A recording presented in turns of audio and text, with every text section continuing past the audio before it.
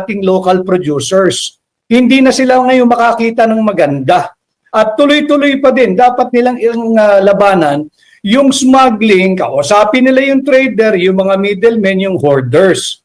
At yung sinasabing, ito nga ang problema natin eh, ang kinakailangang i-address ng administrasyon ay yung food security. Hindi natin kayang awatin yung pagtaas sa mga presyo because you know, Aljo, pahaba ng pahaba ng pahaba ang listahan ng mga ini-import natin. Samantalang paiksi ng paiksi ng paiksi yung listahan ng mga produktong ine-export natin. Anong ibig sabihin yan?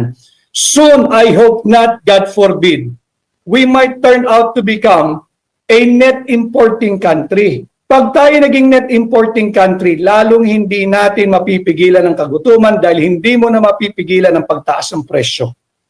Yun, magandang punto yan. Dahil ako, napapagod na rin ako kung lahat kasi na iniimbitahan sa mga investigation in aid of legislation, lalo na dyan sa Quinta Committee, yung mga sagot, ng mga ini-invite dyan mga resource speakers sa Tordivic, at hanggang ngayon tila wala pang solusyon. Lalo na sa mga naranasang pagtaas sa presyo ng bigas, iba pa mga pangunahing pagkain, kuryente, at iba pa. Sus, forbida. Ang problema natin dyan, Aljo, what is the purpose? Yeah. What is legislative purpose or intention of the Quinta Committee? Hindi ba't kakapasa lang natin nung pinaigting na batas doon laban sa mga smugglers? And then meron pa silang nakabinbin, 2023 I believe, 2023. Yung expose ng isang mambabatas doon sa mga smugglers na nagbabasan yung mga pangalan na napakalapit sa Malacanang. Bakit hindi nila ituloy? Ngayon nagagawa sila ng investigation di umano itong Quintacom. Ano ang legislative intent? Kakapasa lang ng batas na ginawang mas mahigit yung doble yung kaparusahan sa mga smugglers ng agricultural products. Yung economic sabotage, itinaas din yung kaparusahan. Bakit hindi tutukan yung enforcement? Alam mo, Aljo, hindi lahat ng problema sa ating bansa ay matutugunan ng investigation in aid of legislation.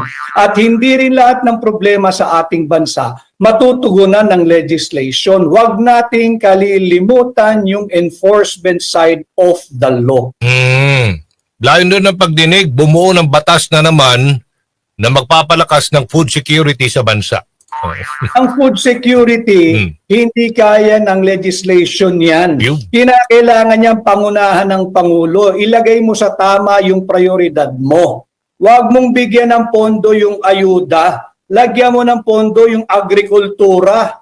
Yan ang tutugon sa food security. Yung ayuda, hindi niyan kaya mapabuti yung ating estado ng food insecurity. Dapat patatagin mo yung sistema ng ating agrikultura, hindi ayuda. So, pabor ho kayong tanggalin na lang lahat ng ayuda, pati 4-piece. O yung mananatili? 4-piece, pwede mo pang i-retain yan. Okay. Kinakailangan malinaw sa atin yung pagkakaiba ng AKAP, AIX sa 4-piece. Yung 4-piece, hindi naman yan forever. Yan ay subject to conditions. Ano yung condition? Kaya nga ang tawag sa kanya ay conditional cash transfer. Kinakailangan yung mga ina nagpapacheck up sa doktor, sa health center o sa hospital ng gobyerno, nagpapabakuna yung mga bata at higit sa lahat, dapat yung mga bata ay masigurong nasa eskwelahan. Yung ayuda at saka yung AKAP, yan yung unconditional cash transfer. Walang kondisyon, basta't bata ka ng mambabatas, bata ka ni senador, bata ka ni congressman, tatanggap ka ng ayuda. Yun ang dapat itigil. Sapagkat yan ay korupsyon at malinaw na vote buying. Aljo, nagbibigay sila ng ayuda di umano. Tawag nila ayuda, pero political vote buying yan eh. Nagbibigay sila, kinakailangan present sila sa site. Bakit? Pangalawa, nagbibigay sila kalalaki ng kanilang mga tarpaulin, ng mga billboard. Bakit? Hindi nila pera yan. Pera yan ng sambayan ng Pilipino. Yung 4-piece, kaya nila binabawasan ng pondo, hindi sila maka-epal dyan eh. Alam mo kung bakit? Kasi yung pera ng 4-piece, rini-release through ATM. Nakabangko yan. Kaya ayaw nila yan, hindi sila makapapel. Yan ang masaklap na katotohanan. So I am for the paghinto, pagtigil ng unconditional cash transfer. I am for pagpapatuloy ng 4Ps yung conditional cash transfer program sapagkat ito'y hindi habang buhay. At ito'y nasusukat at ito'y may mga kondisyon. Pero may panuntunan nang inilabas yata ang Pangulong Marcos Jr. May kondisyon na itong AKAP, AIX, dapat yan, Hindi naman, Aldo, DFWD, naniniwala. NED. Opo. Naniniwala ka pa ba dyan Ay. sa mga patuntunan ng Malacanang? No, stricto daw. Opo. Wala yan. Dapat yan tinigil. Dapat yan tinigil. Okay. Dahil maghanap ka ng isang recipient ng ayuda, ng AKAP at saka AIX. Oh. Maghanap ka kahit isa na magpapatotoong bumuti ang buhay niya o bumuti ang buhay ng kanyang pamilya. Wala. Oh, And then, I have to take this advantage to mention to you, yung binanggit yung in-expose ni Mayor Benji Magalong. Ang pagbibigay ng ayuda ng mga mambabatas, meron silang sariling listahan. Ayaw nila itong ipakita sa mga LGUs. Bakit ayaw nila? Sapagkat pag chinek ng LGUs yan, yung LGU, yung mga local government units, yung mga governor, yung city mayor, municipal mayor, hanggang barangay captain, meron yung periodic census, Aljo eh.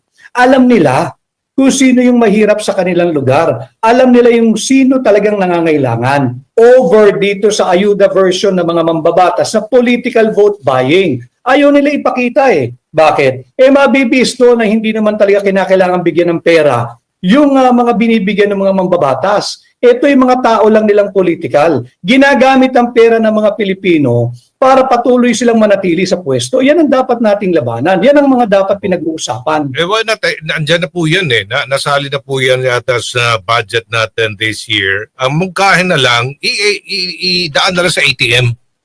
Lalo na yung AKAP. Ano po? Ayaw nila. Ayaw nila. Ba? Pag dinaan mo yan sa ATM, ay ito ang aking intelligent guess and I stand by this. Pag dinaan mo yan sa ATM, baka yung higit sa kalahati ng listahan ng mga tumatanggap ng ayuda sa mga mambabatas, babawas. Sapagkat hindi sila deserving tumanggap ng pera o ayuda mula sa pamahalaan na pera nating mga Pilipino. May higit kalahati yan. At pag nakita mo yung listahan nilang matitira, yung 50%, baka yung 50% na yan tumatanggap na ng ayuda through 4Ps. So ito yung malaking kalukuhan, malaking korupsyon, malaking vote buying. Itong ayuda, itong AKAP at AIX, dapat yan itigil na. Okay. Dito naman po tayo sa confidential funds. Ano po ang pananaw nyo dito? Dapat ba tayo mag-dictate ng oversight function ng Kongreso? Gagawa tayo ng mga batas, lalo na sa tamang disposition at liquidation sa paggastos po dito, transparent dapat and may accountability.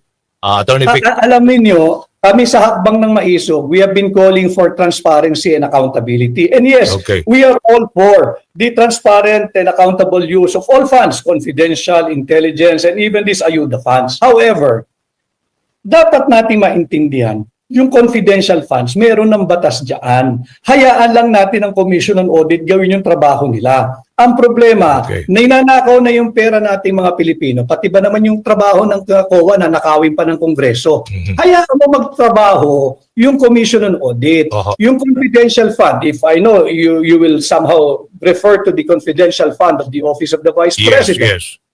Premature yun, Aljo. Hindi pa tapos ang Commission on Audit gawin ang kanilang trabaho, pinangunahan na ng ilang impeachment cases filed against Vice President Inday Sara Duterte.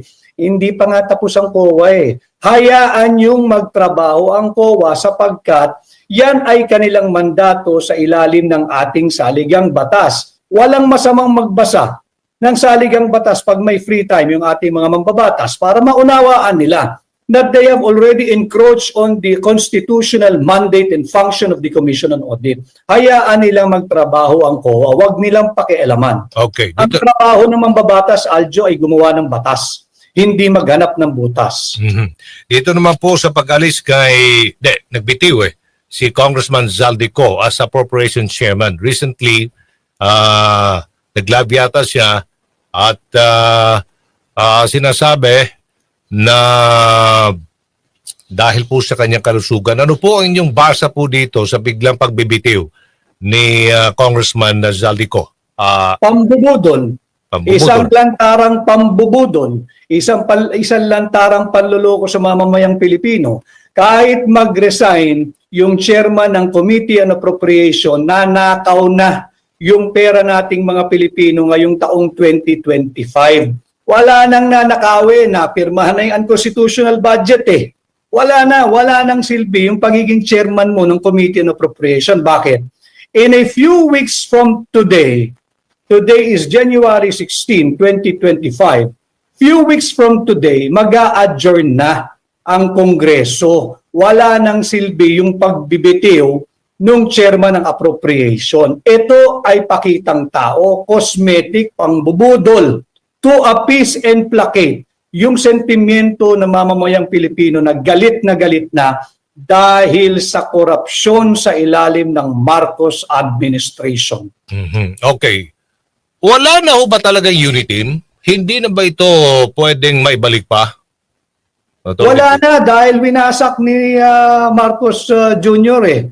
Hinayaan niyang mawasak yung unity team. We campaigned heavily on the platform, on the message of unity and continuity. Winasak nila yan. Ayaw nila ng unity, ayaw nila ng continuity. Ang gusto nila, perpetuation into power even beyond their 6-year term. Yan ang katotohanan. Kaya ayaw nila ng unity. Matagal nang walang unity nung hinayaan ni Bongbong Marcos yung mga elitistang politikong nakapaligid sa kanya ngayon sa naisulong ang kanilang personal at pribadong interes.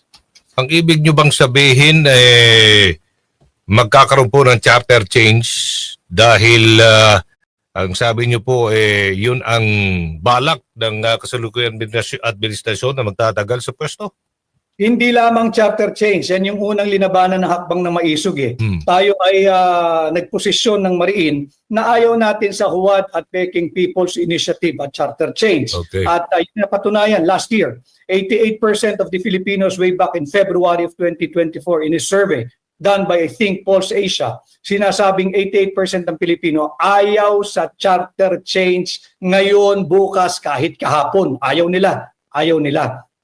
Itong pagpanatili sa pwesto, kaya nila pilit tinatanggal, ninanakaw nila yung posisyon ng Vice Presidente kay Inday Sara Duterte dahil may gusto silang isalpak dyan na Vice Presidente para nga magpatuloy yung kanilang pananatili sa pwesto. At pag naging matagumpay yung impeachment nila, at halimbawang umabot sa Senado, kasi pag na-impeach ka, Aljo, nariyan yung parusang perpetual disqualification or perpetual absolute disqualification to hold office. So ite-technical nila si Vice President Inday Sara Duterte para hindi na makakandidato for President ng 2028. Ganyan yung kanilang short and long-term planning para mapanatili nila yung sarili nila at pamilya nila sa pwesto na hindi tayong mga dapat Pilipinong pumayag. Ano po reaksyon ninyo dahil nagsalita na yata si VP Sara sa harap ng kanyang mga taga-suporta sa Japan recently na siya tatakbo sa pagkapangulo ngayong 2028 elections? Mabuti at ako'y susuporta 101% kay Vice President Inday Sara Duterte sa kanyang layuning kumandidato bilang presidente. Tatandaan nating lahat mga kababayan, si Vice President Inday Sara Duterte ay higit na malaki ang botong nakuha noong 2022. Siya ay nabigyan ng 32 million votes ng mamamayang Pilipino in a lawful, constitutional, and democratic election. So marapat lamang na pakinggan niya yung pakiusap ng higit na maraming Pilipino na kumandidato siya bilang Pangulo. And again, in your program, I say this again, pag siya'y kumandidato sa 2028, I will be more than willing to volunteer, help, and campaign for Inday Sara Duterte for President. Opo, okay. Abala po ngayon, kayo ngayon sa pag-promote ng inyong libro. Itong The Kingmaker. Ano po, briefly na lang po, pakipaliwanag na lang yung laman po ng libro. Ito yung mga nangyari nung ako ay nasa loob ng Malacanang, ano yung dahilan, bakit ako tumalikod na at umalis na, at sino-sino yung mga personalidad na nakikialam sa Malacanang at nag-aastang Pangulo kahit naman hindi binoto ng tao, nag-aastang Pangulo kahit naman walang mandato, kahit isang boto. Nariyan yan sa aking libro at available po pa rin yan sa, kung pwede kong banggitin sa yung programa, Aljo, yung fully book, nandyan po yan nationwide sa lahat ng branches po nila. Kay panguling mensahe na lang po sa pagkalahatan, Attorney Vic. Go ahead. Maraming salamat, Aljo, sa pagkakataon sa ating mga kababayan. Ako po ay formal at opisyal na ninyong aplikante pagka-senador. Aking pong pinamumunuan ang war on corruption at nalalaman ko po kung anong dapat gawin para labanan ng korupsyon. Sisimulan po natin sa pag-amyenda ng plunder law. Ibababa ko po ang threshold ng plunder from 50 million pesos to 5 million pesos and even lower. At pag nagawa na po natin yan bilang senador ninyo, ipapanukala kong ibalik ang death penalty sa kasong plunder at droga nang sa ganun ay matigil na ang kultura ng korupsyon sa gobyerno. Ngayon pong Mayo, May 12, 2025, posible po ang pagbabago pag tayo nagsama-sama. Sana ho ay ako'y papagbigyan ninyo ng bago sa Senado, Attorney Vic Rodriguez, pagka-senador.